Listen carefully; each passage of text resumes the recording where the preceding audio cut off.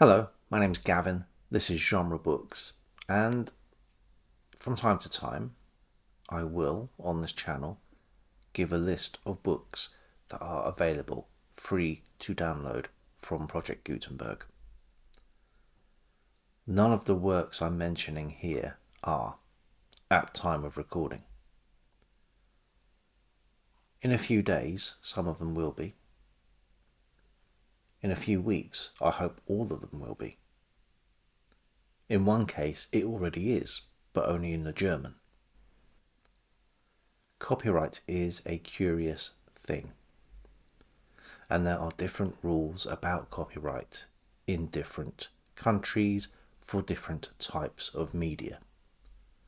This makes little sense, but I don't think we're going to get universal concord on what copyright should be, what the extent in time for copyright should be.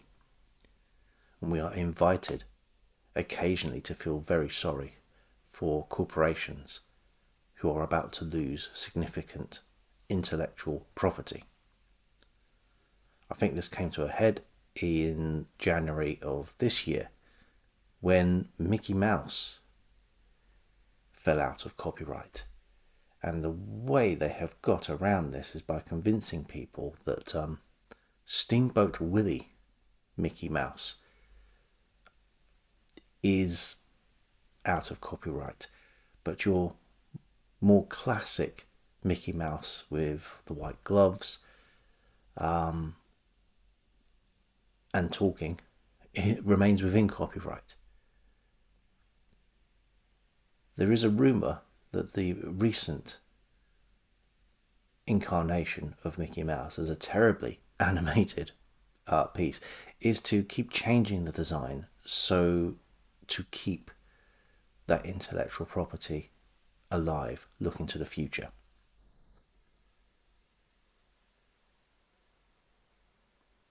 I feel a slight bit of sympathy because he obviously is iconic to that brand. I feel slightly less sympathy when you realise how many of the classic Disney stories were taken at a time where copyright wasn't available. So, Cinderella, Sleeping Beauty. Ironically, I don't think you could use the Disney versions of Cinderella and Sleeping Beauty because they are now copyrighted. And every year there is a clutch of articles about what is about to come out of copyright and showing what can be done with these works. And in some cases, that's viable, that's understandable. From the 1st of January, if you would like to create your own version of Gershwin's Rhapsody in Blue, or Ain't Misbehavin', or Singing in the Rain, or Happy Days Are Here Again, you knock yourselves out. We are possibly going to be inundated with a Popeye erotica or a Tintin horror story in the near future. But just as a consumer and a cheapskate one, I'm concerned about what we can get for free. All of these authors are dead, so I don't feel we are picking anybody's pocket by wanting to read these books and getting them from Gutenberg. If you are stupid enough to be on a book buying ban, this is a great way to get new material. To lay down the actual rules here, works from 95 years ago are falling out of copyright. So this means in 2025, anything published in 1929 is fair game. With music, it's slightly longer, it's 100 years. So anything from 1924. And with movies, I think it's also 95 years. This means that pretty much any silent movie is now in the public domain,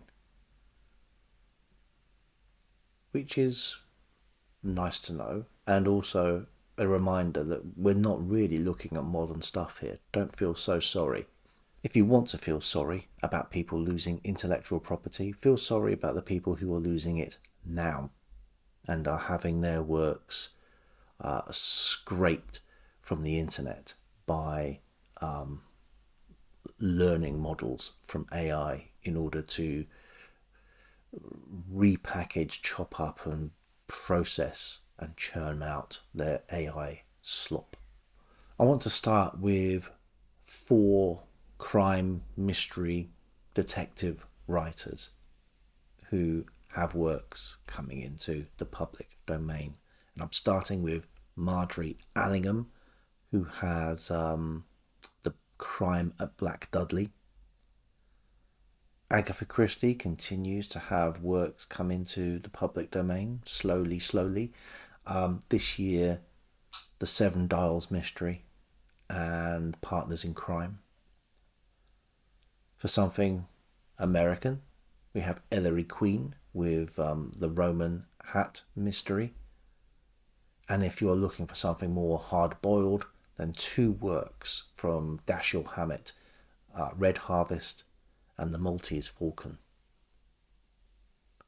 If westerns are more your thing, we have Cimarron from Edna Ferber, and a continuing stream of Zane Grey coming into the public domain with Fighting Caravans.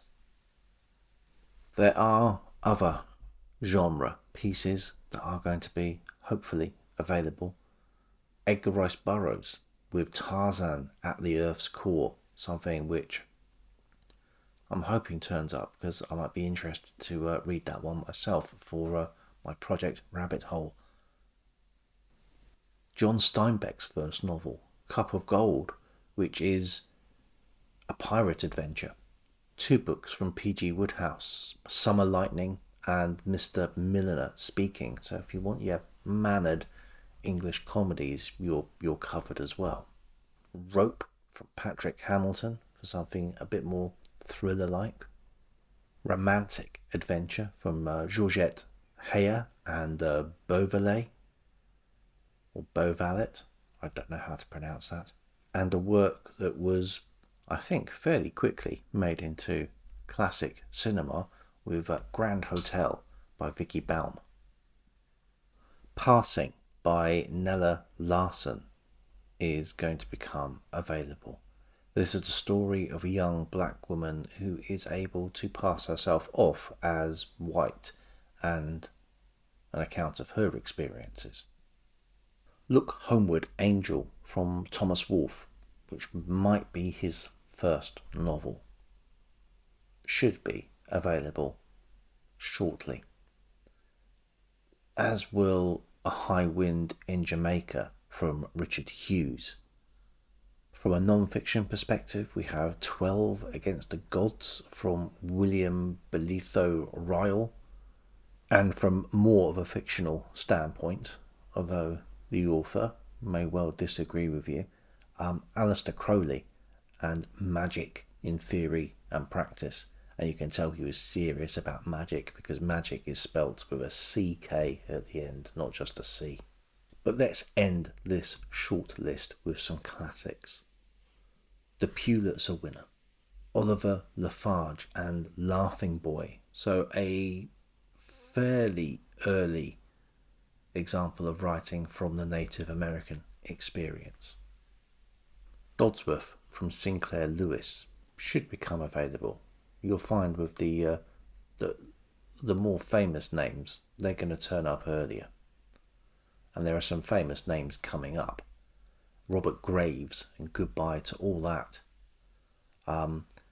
Eric Maria Remarque and All Quiet on the Western Front. Now this one's a little bit interesting because All Quiet on the Western Front is on Gutenberg already, but only in the German. The English translation didn't come out until the following year, which means it's available in a week's time.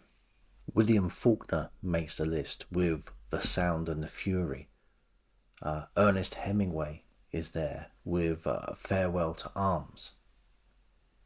Finishing up the list, Virginia Woolf and A Room of One's Own. So I think in 25 writers we've covered a fair breadth of literature.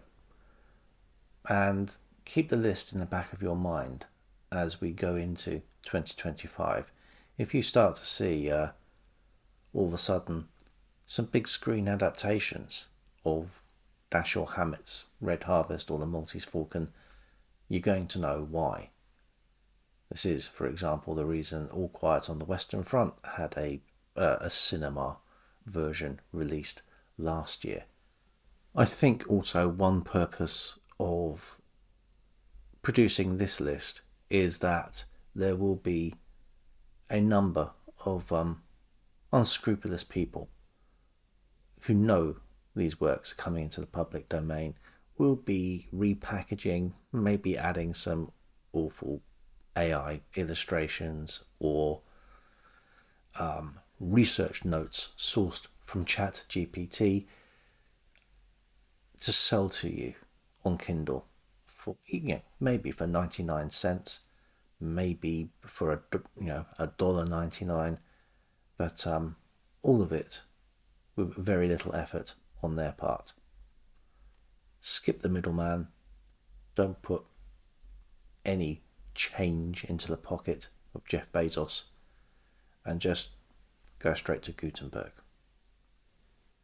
Any way to save a little bit of money. If the movie studios can do it, so can you.